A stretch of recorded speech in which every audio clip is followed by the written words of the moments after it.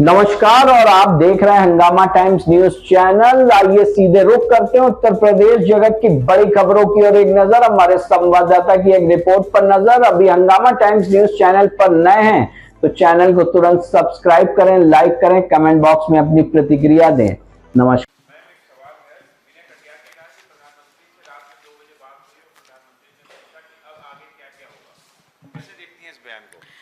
विनय कटियार सरकार के औपचारिक प्रवक्ता हैं या भारतीय जनता पार्टी के औपचारिक प्रवक्ता हैं?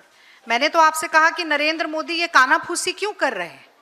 नरेंद्र मोदी जी को तो स्वयं एक देश के नाम संदेश देना चाहिए, 8 बजे आना चाहिए प्राइम टाइम पर और धन की बात करनी चाहिए, चंदा चोरी चढ़ावा चोरी के बारे में बताना चाहिए। और ये कानाफूसी कब तक चलती रहेगी? इसने उसको कहा, उसने उसको कहा, संदेशन खेती नहीं होती है। श्रेय आपका तो जिम्मेदारी आपकी। अगर आपने कहा कि आप रामलला को लेके आए हैं तो रामलला के मंदिर में जो भ्रष्टाचार हुआ, जो कुठाराघात हुआ, जो विश्वासघात हुआ, उसकी जिम्मेदारी लीजिए और मुंह खोलिए। और आज तो अमरनाथ की यात्रा पर यात्रियों की आस्था को लेकर इतना लंबा पत्र लिखा है। अमरनाथ के यात्रियों की आस्था है, राम भक्तों की कोई आस्था की कोई कीमत नहीं है आपके लिए। राम भक्तों की आस्था को यूं ही मजाक और मखौल बनता रहेगा, ये नहीं चलेगा। मुंह में राम बगल में छुरी नहीं चलेगी। राम के नाम पर लूट नहीं चलेगी। राम के नाम पर सामूहिक आस्था का हनन नहीं चलेगा। Ma'am, RSS has officially released a statement by Dattaraya Hosable.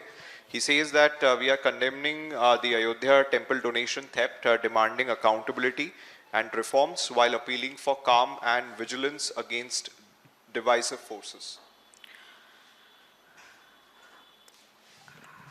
Who is RSS appealing to? And is a notice of a small little appeal enough? Modi ji can have meetings with Mohan Bhagwat regarding political issues in the country, but this is such an important religious issue and nobody cares about it.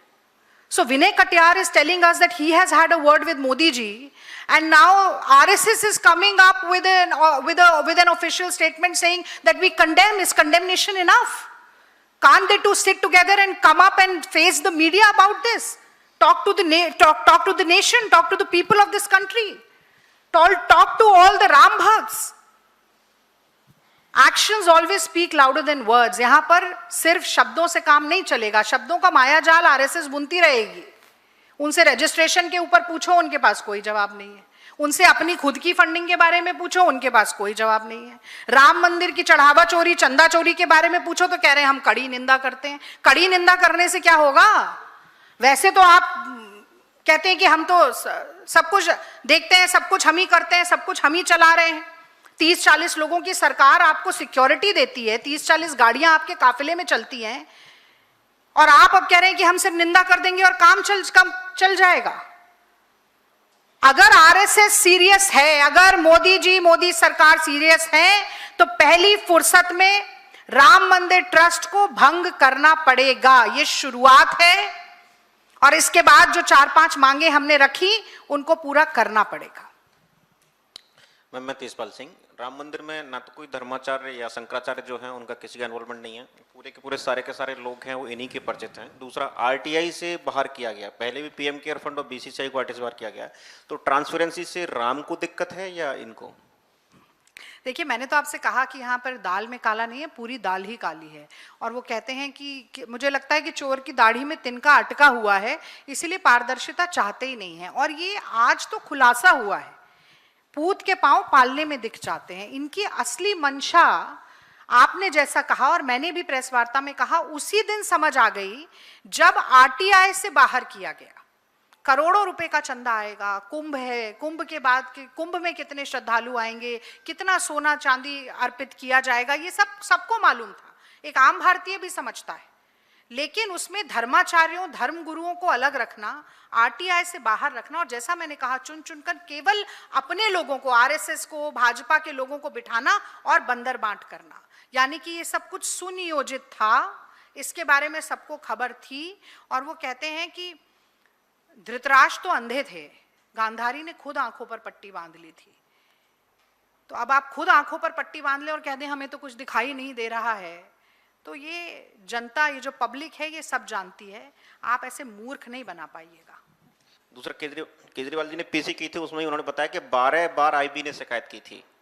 उसके बाद भी तो उन्होंने कहा कि ये नहीं कहता कि प्रधानमंत्री इसमें इन्वॉल्व हैं या नहीं है, लेकिन पता था उनको। देखिए, अगर प्रधानमंत्री नरेंद्र मोदी जी की नाक के नीचे भ्रष्टाचार चल रहा है, अगर मुख्यमंत्री योगी जी की नाक के नीचे चंदा चोरी, चढ़ावा चोरी हो रही है, तो ये कह देना जी हमें तो पता ही नहीं था, हमें तो भनक ही नहीं थी, हमें तो जानकारी ही नहीं मिली, हमें तो तब पता चला जब इसका सार्वजनिक रूप से खुलासा हुआ और सीसीटीवी की फुटेज भी गायब हो गई, और अब कोई हमारे पास चंपत राय ने इस्तीफा दे दिया है, 7-8 लोग पकड़े गए हैं, 10-10, 20-20 लाख रुपए उनके पास बरामद हो गए हैं, तो बस हो गया, काम खत्म हो गया। तो इतने नाकारा और निकम्मे हैं क्या हमारे देश के प्रधानमंत्री भी और मुख्यमंत्री योगी जी भी?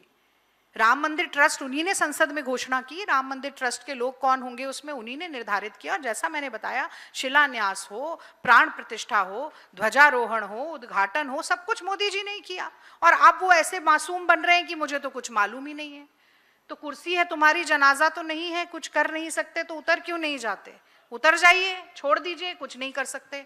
महंगाई क्यों है? कुछ नहीं कर सकते। बेरोजगारी क्यों है? हमें पता नहीं है। नीट पेपर क्यों लीक हो रहा है? 10 साल में 89 पेपर लीक हो गए। महिलाओं की असुरक्षा क्यों बढ़ती जा रही है? हमें पता नहीं है। पेट्रोल डीजल का भाव पूछ लो, हमें पता नहीं है। गैस सिलेंडर कब सब्सिडाइज रेट पर मिलेगा? हमें, अरे भैया आपको कुछ पता नहीं है तो आप काहे कुर्सी पर बैठे हैं? उतर जाइए। मैम, एक सवाल ये है कि जैसे आप लोग डिमांड कर रहे हैं एसआईटी को सार्वजनिक रिपोर्ट को लीक करना चाहिए, रिलीज करना चाहिए, इसके अलावा एक बड़ा एलिगेशन ये भी लग रहा है कि राम मंदिर में जो फंड के साथ करप्शन हुआ है या जो हेराफेरी हुई है उसको लेकर एसआईटी जांच कर रही है। कई साल पहले जो जमीनों की लेन देन है उसको लेकर एसआईटी जांच नहीं कर रही। कल अरविंद केजरीवाल ने सवाल खड़ा किया था, तो क्या कांग्रेस पार्टी भी मांग करती है कि जो पुराने केसेस हैं उसके ऊपर भी जांच होनी चाहिए स्टार्टिंग से लेकर? देखिए, चंदा चोरी, चढ़ावा चोरी की शुरुआत उसी दिन हो गई थी जब करोड़ों रुपए का घपला जमीन की खरीद फरोख्त में 10 मिनट में हो गया था। तभी जैसा मैंने कहा कि पूत के पांव पालने में दिख गए थे। आपने बिल्कुल सही प्रश्न उठाया है।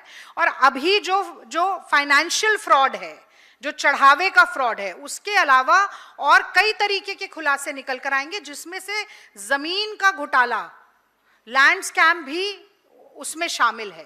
तो ऐसी तमाम चीजें जो परत दर परत खुलती जाएगी, उस सबकी जांच हो। लेकिन शुरुआत सबसे पहले, जैसा कि मैंने कहा, मंदिर ट्रस्ट के भंग होने से और सुप्रीम कोर्ट के द्वारा एक जांच समिति बनाकर उसकी निगरानी में पूरी जांच पड़ताल होने से शुरुआत होनी चाहिए। Ma'am, this is Hariom from Jharkhand Reporter. Where are you? Yeah, my question is different from this issue. In the wake of speculated delimitation bill, which Modi government is willing to bring again in the upcoming session, how confident Congress is to win the majority seats in case 2029 elections happens after delimitation? See, we are going to fight. And how will this law favor you electorally? Sir, we are going to fight tooth and nail against the Delimitation Act, which comes in the garb of women reservation, but that is a completely separate issue. And today the focus is on Ram Mandir Trust, and I do not want to dilute it. So we will have a press conference on that once we come close to the monsoon session. Thank you, Dhanyavad. Jai Siya Ram.